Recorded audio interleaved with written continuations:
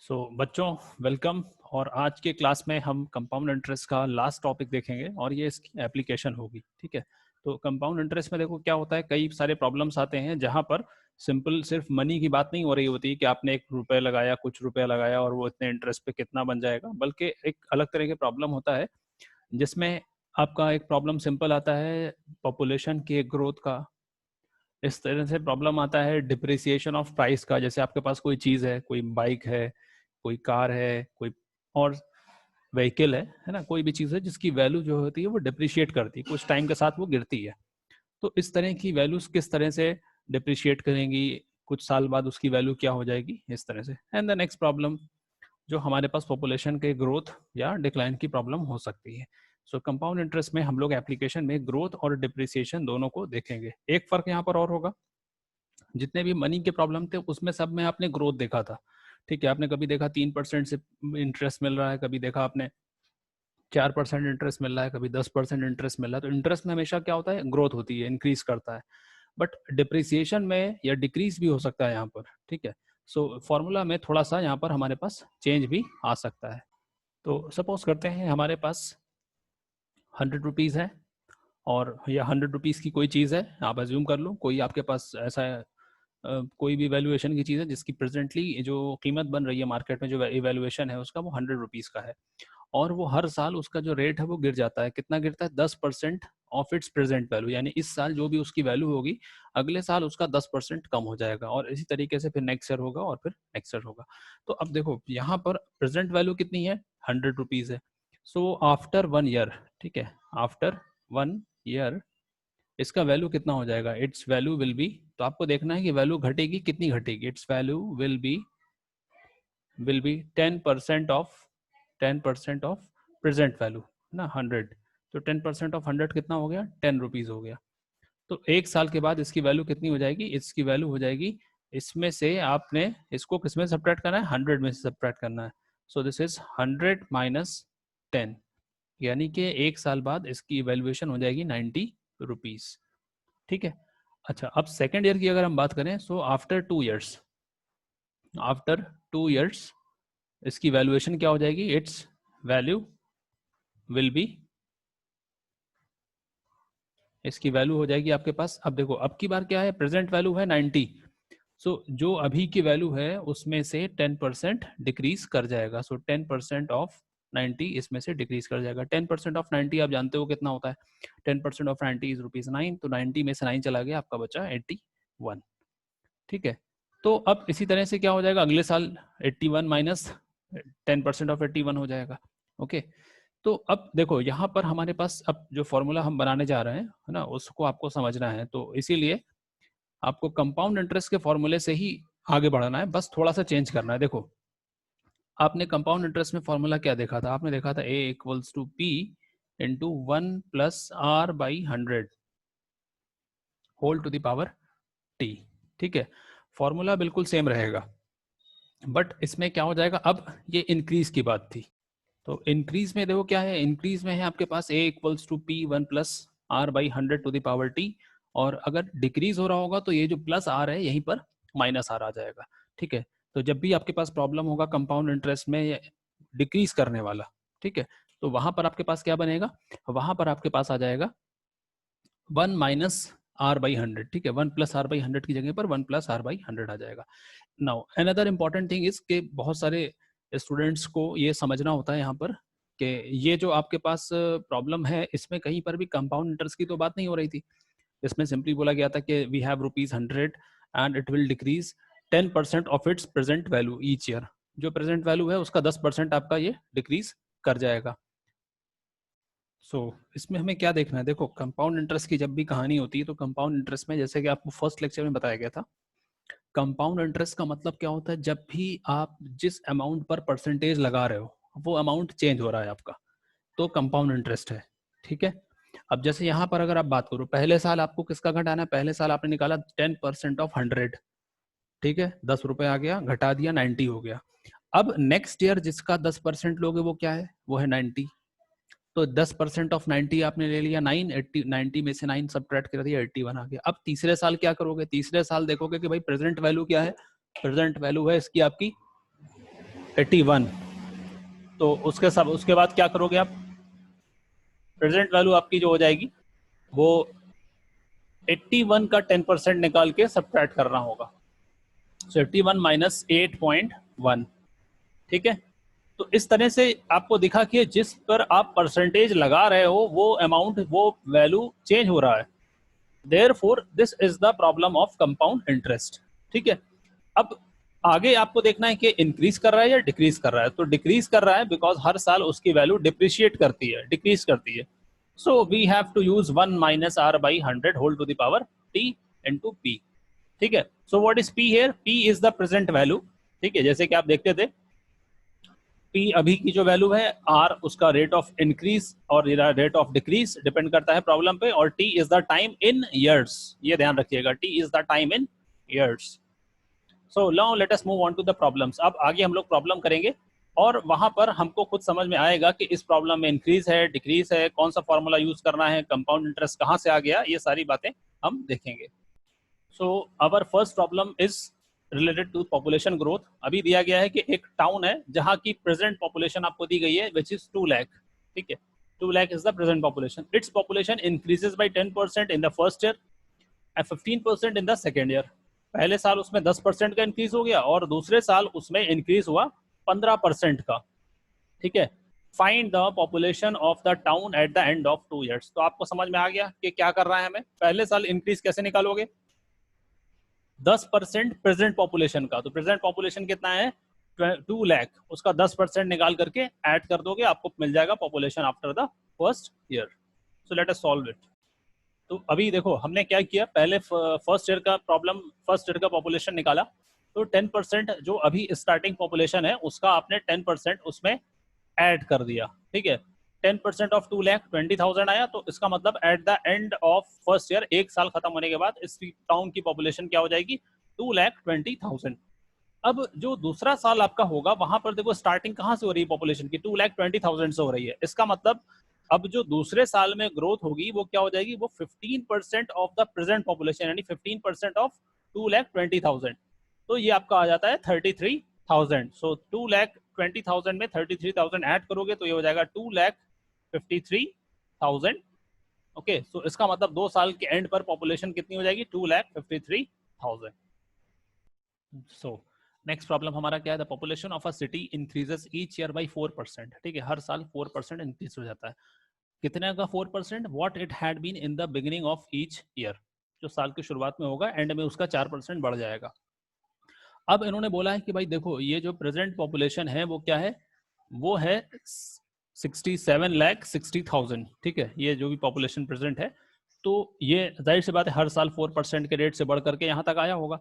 सो इन्होंने पूछा कि इट्स पॉपुलेशन 2 ईयर्स हेंस, आज से 2 साल बाद इसका पॉपुलेशन कितना हो जाएगा। तो देखो यहाँ पर क्या है, यहाँ पर हर साल क्या हो जाएगा?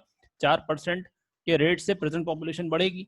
तो आपका कंपाउंड इंटरेस्ट वाला कॉन्सेप्ट आ गया और इंक्रीज होगा। सो इसका मतलब आपने देखा कि भाई हेयर हमारे पास क्या है? हमारे पास P is the present population. P is equal to 676. Okay, this is 676,000,000. ठीक है। So we have 67,60,000. ये प्रेजेंट पॉपुलेशन है। अच्छा, रेट ऑफ इंटरेस्ट क्या है आपका? रेट ऑफ इंटरेस्ट है आपका 4% पर ईयर, इंक्रीज कर रहा है। टाइम कितना दिया गया? टाइम दिया गया है 2 ईयर्स का।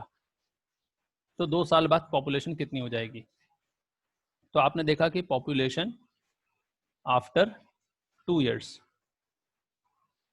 आफ्टर 2 ईयर्स, तो 2 साल के बाद पॉपुलेशन आपकी हो जाएगी P2 is equal to, this P2 is equal to 67,60,000 into 1 plus 4/100 whole to the power 2. Okay, so now simplify 4/100, it is 1/25. So at the end it becomes 26/25 whole square. So अब देखो क्या हो जाएगा, यहाँ पर हमारे पास 2 ईयर्स के बाद जो पॉपुलेशन मिलना है वो प्रेजेंट पॉपुलेशन को इंक्रीमेंट करा करके कंपाउंड इंटरेस्ट के हिसाब से आप उसको इंक्रीज कराओगे at the rate of 4% per year. तो ये आपका कंपाउंड इंटरेस्ट का फॉर्मूला बना। और प्रेजेंट वैल्यू क्या है 6,67,60,000, तो ये पी हो जाएगा क्योंकि ये प्रेजेंट वैल्यू है। 2 साल बाद की पॉपुलेशन आपको निकालना है। So simply p into 1 plus r by 100 whole to the power 2 किया आपने। Now after simplification what you got is 73,11,616। ये आपके 2 साल बाद की पॉपुलेशन हो जाएगी। Now the second question is its population 2 years ago, है ना, ये वाला ज्यादा इंपॉर्टेंट है समझना। इसकी पॉपुलेशन 2 साल पहले कितनी रही होगी। ठीक है, तो हमने मान लिया कि 2 साल पहले इसकी पॉपुलेशन थी स्मॉल p। ठीक है, हमने ये 2 साल पहले की पॉपुलेशन इसको लेट कर लिया स्मॉल p। तो अब प्रेजेंट पॉपुलेशन जो है वो इसके लिए क्या हो जाएगा, वो अमाउंट की तरह हो जाएगा, है ना। यानी कि जो प्रेजेंट पॉपुलेशन है वो 2 साल इंक्रीज करने के बाद आपको मिला 67,60,000। और किस हिसाब से इंक्रीज किया, 4%, टाइम लगा 2 साल। तो अब जो फॉर्मूला होगा उसमें ये आपका स्टार्टिंग पॉइंट हो गया, P is the starting point. तो ये आपका प्रिंसिपल हो जाएगा। रेट ऑफ इंटरेस्ट 4 है अपॉन 100 होल स्क्वायर, ठीक है, इक्वल्स टू 67,60,000। ये आपका अमाउंट था। ठीक है, तो what is not given is principal. Principal आपको नहीं दिया गया है। सो अपॉन सॉल्विंग, है ना, आपने इसको सिंप्लीफाई किया। 1 + 4/100 जो है वो आपका बन जाएगा 26/25। स्क्वायर करोगे तो 676/625। नाउ 676 और 676 कैंसिल हो जाएगा। So what you will get here is 10,000। Now multiply this with 625, you will get 62,50,000। तो इसका मतलब 2 साल आने वाले 2 साल की पॉपुलेशन आपने पहले निकाला और ये 2 साल पहले की पॉपुलेशन निकाला। So what was the population 2 years ago? 62,50,000. Now in the next problem we have farmer increases his output of wheat in his farm every year by 8%, है ना। तो ये बहुत ही लकी फार्मर है और ये हर साल जो है वो अपने फार्म में 8% जो है वो व्हीट का आउटपुट इंक्रीज होता जा रहा है इनका। तो इनके साथ कोई समस्या नहीं है। This year he produce 2187 quintals of wheat. इस साल उनकी जो पैदावार हुई है, जो प्रोड्यूस हुआ है, वो 2187 क्विंटल्स का हुआ है। तो पूछा गया है कि भाई पिछले साल what was the yearly produce of wheat 2 years ago। 2 साल पहले इनका व्हीट का प्रोड्यूस कितना रहा होगा। ओके, 2 साल पहले का प्रोड्यूस कितना रहा होगा। So now suppose the produce 2 years ago was D quintals. ठीक है, मान लिया कि 2 years पहले जो है इसका जो प्रोड्यूस था वो डी क्विंटल्स था। तो आर आपका जो है वो क्या हो जाएगा, आर आपका 8% पर एनम है। ठीक है, 8% के हिसाब से ये इंक्रीज कर रहा है। और प्रेजेंट वैल्यू क्या है, 2187 क्विंटल्स। तो आप देखोगे कि ये जो आपकी वैल्यू पी है, यानी जो 2 साल पहले की वैल्यू है, उसी में 8% के हिसाब से 2 साल तक आपने इंक्रीज किया तो आपका प्रेजेंट वैल्यू के इक्वल आ जाएगा। तो आपने इस डेटा को पुट किया किस फॉर्मूला में, इस फॉर्मूला में पुट किया। ठीक है, तो ए का मतलब क्या होता है, ए का मतलब होता है अमाउंट, यानी कि जो कुछ था और जो इंक्रीज होने के बाद बना, तो वो आपका प्रेजेंट वैल्यू है। पी क्या है, पी आपकी 2 साल पुरानी वैल्यू है जो यहाँ पर प्रिंसिपल की तरह आ जाएगा। R is the rate of interest 8% वाला। ये सारी वैल्यूज आपने यहाँ पर पुट कर दिया, सिंप्लीफिकेशन किया। So you got this as 27/25 whole square. और उसके बाद आपने इसको 27 का स्क्वायर देखा 729 आ जाएगा। 729 2187 को कैंसिल कर देगा, यू विल गेट 3। 625 को 3 से मल्टीप्लाई किया तो आपको मिला पी की वैल्यू 1875 क्विंटल्स। इसका मतलब क्या हो जाएगा, व्हीट का प्रोड्यूस उसके फार्म में 2 साल पहले कितना था, 1875 क्विंटल्स था। ठीक है, तो देखो यहाँ पर एक फंडामेंटल चीज क्या ध्यान रखनी है कि इस प्रॉब्लम में आपको खुद से पहचान करना है कि क्या गिवन है क्या गिवन नहीं है। ठीक है, कहीं नहीं लिखा है कि अमाउंट क्या है, टाइम क्या है, क्या करना है। ठीक है, that is what you need to identify. ठीक है, तो आपको पहले प्रॉब्लम को समझना है, इसीलिए देखो इसमें समझना जरूरी है। प्रॉब्लम को समझना और कंपाउंड इंटरेस्ट को समझना, दोनों चीज को समझोगे तभी प्रॉब्लम आपसे सॉल्व होगा। Okay, so now let us move on to the next problem. तो भाई देखो फैक्ट्री की बात हो रही है, तो लॉकडाउन लग रहा है खुल गया है, तभी फैक्ट्री की बात हो रही है। तो फैक्ट्री वगैरह चलने लगी हैं। तो फैक्ट्री ने क्या किया है कि एक अपना प्रोडक्शन इंक्रीज कर लिया है। फैक्ट्री है कार की, और वैसे भी कार के ऊपर काफी ज्यादा आफत आई हुई थी, तो अब लग रहा है कुछ हालात सही हो गए। तो factory increase its production of cars from 80,000 in the year 2011-2012। ओहो, काफी पुरानी बात है। सो इनका 80,000 कार्स का प्रोडक्शन था 2011-12 में, और 92,610 हो गया 2014-15 में। ठीक है, तो देखो 3 साल की कहानी है, 2011 से 2014। 3 साल में 80,000 से 92,610 हो गया।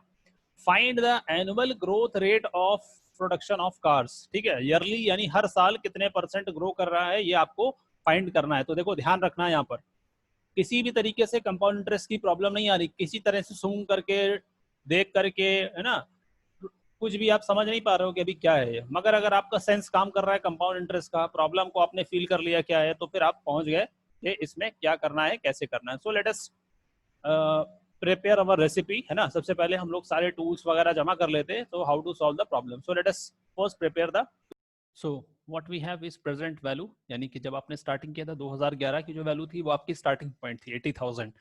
टी इज द टाइम, 3 साल आपको लगे और कहाँ तक पहुंच गया 92,610, तो ये आपका अमाउंट हो गया, ठीक है। नाउ रेट आपको दिया नहीं गया है। अब क्योंकि यहाँ पर ईयरली ग्रोथ जो है वो हमेशा पिछले साल के वैल्यू पर डिपेंड करता है। इसका मतलब क्या हो जाएगा, इसका मतलब ये प्रॉब्लम हो जाएगा आपका कंपाउंड इंटरेस्ट का। सो अब ए जो है आपका, A equals to P 1 plus R by 100 to the power T. So अब ईयरली ग्रोथ आपका डिपेंड करेगा, तो आपने क्या किया, आपने देख लिया कि प्रॉब्लम कंपाउंड इंटरेस्ट का है। सो अब कंपाउंड इंटरेस्ट के प्रॉब्लम में आपने सिंपली फॉर्मूला देखा, A equals to P 1 plus R by 100 to the power T. T पता है, पी पता है, ए पता है, आर नहीं पता है।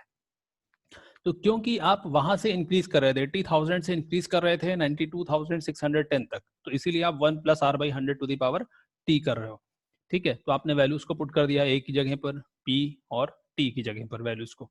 सो now on simplification you got 9261 upon 8000 equals to 1 plus R by 100 to the power 3। तो 9261 21 का क्यूब होता है, 8020 का क्यूब होता है। So on solving you get R equals to 5% per annum. तो यानी यहाँ पर जो आपका ईयरली ग्रोथ हो रहा था, ईयरली ग्रोथ आपका क्या हो रहा था, प्रोडक्शन ऑफ कार्स में ईयरली ग्रोथ 5% पर एनम की थी, ठीक है। सो इस प्रॉब्लम में भी देखो आपने क्या किया, आपने ए टी पी सबको खुद से आइडेंटिफाई किया, प्लस यूज करना है माइनस यूज करना है, ये आपने खुद से आइडेंटिफाई करना है, ओके। सो इसी तरह से हर प्रॉब्लम में, एप्लीकेशन प्रॉब्लम में ऐसा ही आपको करना होगा। सो नेक्स्ट प्रॉब्लम, नाउ इस प्रॉब्लम में हमारे पास कुछ मिक्सचर है, दो सिनेरियो है। So mister Durrani bought a plot of land for rupees 1,80,000, है ना, ये प्लॉट ऑफ लैंड खरीदा 1,80,000 का, and a car for 3,20,000 at the same time. तो दो चीजें लिया उन्होंने। The value of the plot of land grows uniformly at the rate of 30% per annum, है ना, तो इसमें बम्पर ग्रोथ है। तो value of the plot of the land grows uniformly at the rate of 30% per annum. तो 30% per annum पर इसकी growth है यूनिफॉर्मली, यानी हर साल ये जो अभी वैल्यू होगी उसका 30% इंक्रीज करता चला जाएगा। अब कार की वैल्यू जो है वो डिप्रिशिएट करेगी 20% in the first year and 15% per annum there after, ठीक है। यानी पहले साल 20% डिक्रीज करेगी, उसके बाद हर साल उसकी वैल्यू 15% के हिसाब से डिक्रीज करेगी। अब उसने क्या किया, if he sells the plot of land as well as the car, what will be his profit और लॉस, है ना। तो अब यहाँ पर देखना है कितने साल के बाद उसने इसको सेल किया है। So this is by 3 years, है ना, टाइम यहाँ पर 3 years है। If he sells the plot of the land as well as the car after 3 years, what will be his profit और लॉस। तो देखो पहले क्या करते हैं, पहले हम ये देख लेते हैं कि अभी टोटल इनके पास जो इन्वेस्टमेंट था उसकी वैल्यू क्या थी, और फिर हम देखेंगे 3 साल बाद उसकी वैल्यू कहाँ पहुंचती। तो हम कार का और प्लॉट का अलग अलग कैलकुलेशन करते हैं। सो देखो पहले हमको क्या करना है, हमको दो चीज का अलग अलग कैलकुलेशन करना था। सो present value of the land 1,80,000 है, rate of growth 30% per annum है, 3 साल की बात हो रही है। तो हमने देखा कि value of the plot after 3 years, 3 साल के बाद प्लॉट की वैल्यू क्या बनेगी। तो आपको पता है कि हर साल जो प्रेजेंट वैल्यू होगी उसका 30% ग्रो कर रहा है। सो फॉर्मूला आपने कंपाउंड इंटरेस्ट का यूज किया, 1,80,000 आपका प्रिंसिपल हो जाएगा, 3 years टाइम हो जाएगा, 30% आपका रेट ऑफ इंटरेस्ट हो जाएगा। सो on solving after simplification you got 3,95,000, ठीक है, 3,95,460, ये हो जाएगा हमारा 3 साल बाद प्लॉट का वैल्यू, ठीक है, value of the plot after 3 years। तो अब इसको एक तरफ रख लेते हैं। देखा आपने कि यहाँ पर इंक्रीज हुआ है, यहाँ पर उसको गेन हुआ है, ठीक है, क्योंकि उसने 1,80,000 का प्लॉट लिया था और 3 साल बाद उसकी वैल्यू हो रही है 3,95,460। Now let us see what happens with the car. तो कार की प्रेजेंट वैल्यू है 3,20,000, ठीक है। इसमें बोला गया कि फर्स्ट ईयर में जो रेट ऑफ डिप्रिसिएशन है वो 20% है, पहले साल में रेट घटेगा इसका 20% से। तो पहले साल के बाद वैल्यू आफ्टर दी 1 year, एक साल बाद वैल्यू कितनी हो जाएगी, present value minus 20% of the present value, ठीक है। तो 20% ऑफ 3,20,000 होता है 64,000, घटा दोगे तो आपको मिलेगा 2,00,000 56,000, 2,56,000 इसकी वैल्यू हो जाएगी 1 साल के बाद। अब क्वेश्चन में आगे कहा गया था कि जब दूसरे तीसरे साल में जो इसकी वैल्यू घटेगी वो 15% के रेट से घटेगी। तो अब रेट ऑफ डिप्रिसिएशन कितना हो जाएगा? 15%, क्योंकि 3 साल की बात हो रही है, 1 साल निकल गया है, बचे 2 साल। तो अगले 2 साल के लिए आपका रेट जो है वो डिप्रिशिएट करेगा, घटेगा, ठीक है। यानी अभी वैल्यू कितनी है? अभी वैल्यू है 2,56,000, घटेगा किस रेट से? 15% से। कितने टाइम के लिए? 2 साल के लिए। तो अब 3 साल के एंड पर वैल्यू कितनी होगी? ठीक है, 3 साल के एंड पर इसकी वैल्यू कितनी हो जाएगी? इसकी वैल्यू हो जाएगी, अब देखो डिक्रीजिंग वाला आपने फॉर्मूला यूज कर लिया, present value rate of interest, ठीक है, डिक्रीज कर रहा है तो यहाँ पर माइनस का साइन आ गया। और टाइम कितना टाइम तक डिक्रीज करेगा? 2 साल तक डिक्रीज कर रहा है 15% के रेट से, ठीक है। तो आपके पास क्या आ जाएगा? अब आपके पास जो वैल्यू निकल के आएगी वो 3 साल बाद की इसकी वैल्यू हो जाएगी। सो 3 साल बाद की वैल्यू क्या हो रही है इसकी? 3 साल बाद की वैल्यू हो रही है ऑन सिंप्लीफिकेशन एंड कैलकुलेशन आपको मिलेगा 1,84,960। ये इसकी 3 साल बाद की वैल्यू है। किस चीज की 3 साल बाद की वैल्यू है? कार की, ठीक है। तो आपको दिख रहा होगा कार में इसको लॉस हो गया, क्योंकि कार लिया था 3,20,000 का। अब आपको देखना है कि भाई फायदा कितना हुआ और लॉस कितना हुआ। तो आपने देखा कि भाई प्लॉट पर अर्निंग कितनी हुई, अर्निंग ऑन द प्लॉट।